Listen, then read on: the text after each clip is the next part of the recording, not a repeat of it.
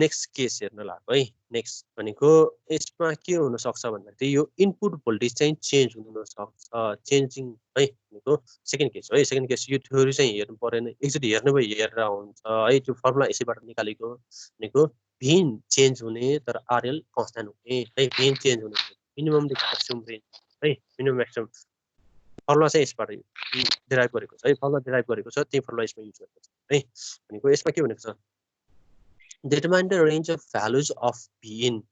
है Vin को range कति हो भनेको मिनिमम Vin कति हुन्छ म्याक्सिमम Vin कति हुन्छ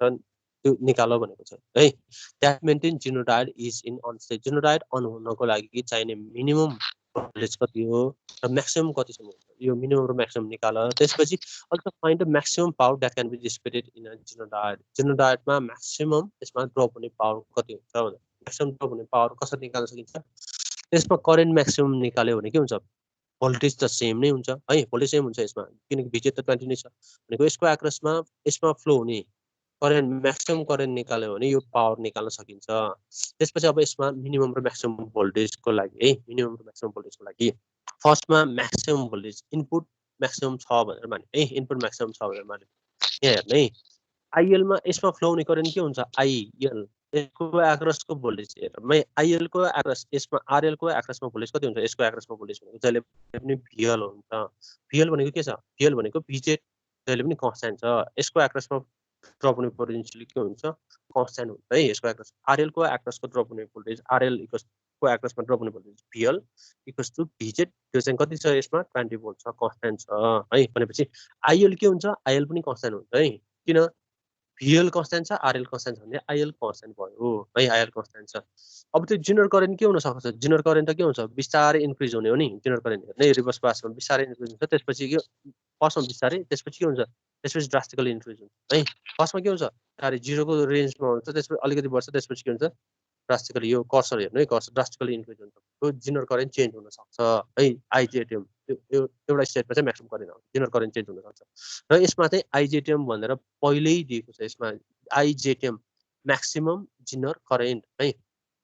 कति छ 60 दिएको छ है म्याक्सिमम जेनर करेन्ट यसमा 60 दिएको छ अलरेडी दिएको छ 60 चाहिँ यसमा युनिट मिलि एम्पियर हो है 60 मिलि एम्पियर पहिले दिएको छ आईजेटिएम दिएको छ भने अब हेर्नु है यसमा आईएल को भ्यालु दिएको छ आईजेटिएम को भ्यालु आईएल को भ्यालु हामी निकाल्न सक्छौं आईएल को VL by RL IZTM maximum Zener current दिएको छ भने यो करेन्ट म्याक्सिमम छ यो त आईएल त के हुन्छ कन्स्ट्यान्ट नै हुन्छ भनेको यो कन्स्ट्यान्ट करेन्ट र एउटा म्याक्सिमम करेन्ट छ भने यसबाट फ्लो हुने करेन्ट है यो आई हो नि सोर्सबाट फ्लो हुने यहाँ फ्लो हुने करेन्ट के हो आई हैन आई करेन्ट के हुन्छ त्यो म्याक्सिमम करेन्ट हुन्छ है म्याक्सिमम करेन्ट हुन्छ सो भी इन म्याक्स भनेको के हो भी इन म्याक्स भनेको यहाँ ड्रप हुने भोल्टेज है यहाँ ड्रप हुने भोल्टेज भी इन म्याक्स अघि भने जस्तै यो V1 हो यो V2 हो भने V1 भनेको के हो यसमा ड्रप हुने पोटेन्शियल प्लस V2 हो और V1 minus V2 equals to यो रेजिस्टेन्समा ड्रप हुने भोल्टेज त्यही नै इक्वेसन युज गरेको भी इन म्याक्स अब म्याक्सिमम हुँदाखेरि कन्डिसन भी इन म्याक्स भनेको के हो यसमा ड्रप हुने भोल्टेज र यहाँ भिजेट कति छ सो भी इन म्याक्स भनेको आई म्याक्स है अहिले यो हेरौँ है यो भनेको के हो I max into RS plus VZ I max भनेको के हो आई म्याक्स यो आई छ भने त्यो म्याक्सिमम कुन बेला म्याक्सिमम भनेको के हो एउटा आईएल हो अर्को यहाँबाट ड्रप हुने फ्लो हुने करेन्ट भनेको के हो स्प्लिट हुन्छ आई म्याक्स छ भने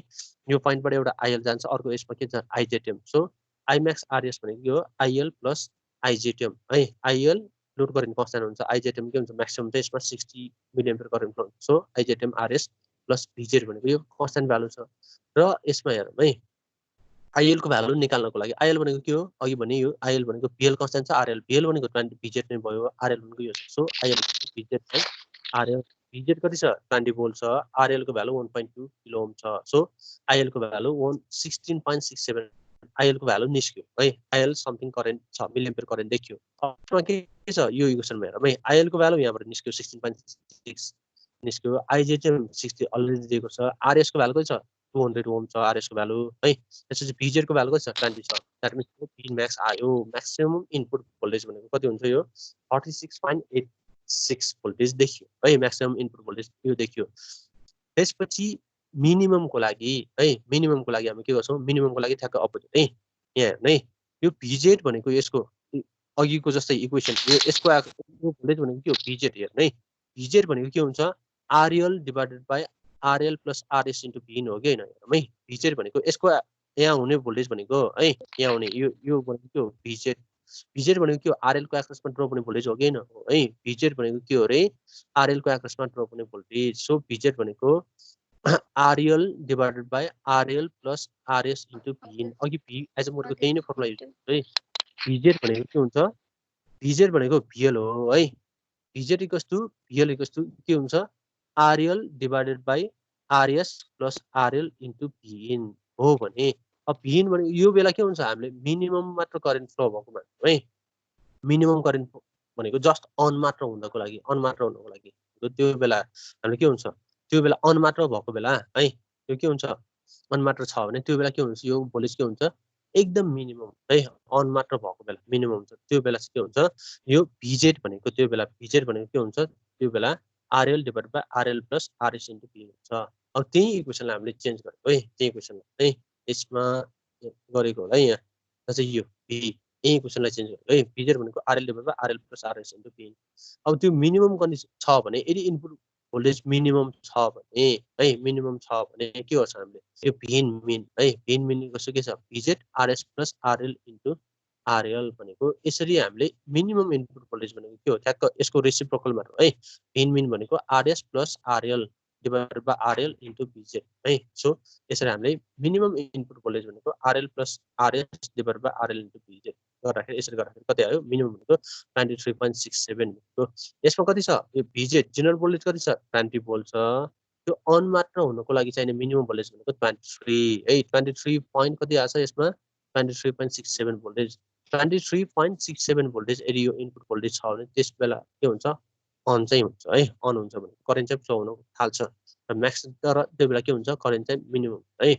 जब यो इनपुट भोल्टेज ग्रेटर हुन्छ है इनपुट भोल्टेज भनेको अप टु 36 भोल्टेजसम्म पुग्यो भने यसमा म्याक्सिमम करेन्ट भनेको 60 मिलिएम्पियर करेन्ट फ्लो हुन जान्छ यसरी हामीले यो प्रोसेसबाट है यो प्रोसेसबाट यसमा इनपुट भोल्टेजको रेन्ज है यो चाहिँ डायोड अन भएको कन्डिसनमा यसमा म्याक्सिमम करेन्ट दिएको छ भने मिनिमम इनपुट भोल्टेज र म्याक्सिमम इनपुट भोल्टेज कति हुन्छ अर त्यसको रेन्ज कति हुन्छ भनेर निकाल्नु रेन्ज निकालिसकेपछि सेकेन्ड क्वेसन के थियो पावर डिस्ट्रिब्युटेड आएको छ डायोडमा पावर डिस्ट्रिब्युट हुनुको आइजेड हामीसँग छँदै छ म्याक्सिमम त्यसपछि भिजेड पनि छ भिजेड त्यो आइजेड एम गर्यो भने त्यसको आग्रसको म्याक्सिमम पावर डिस्ट्रिब्युसन आउँछ है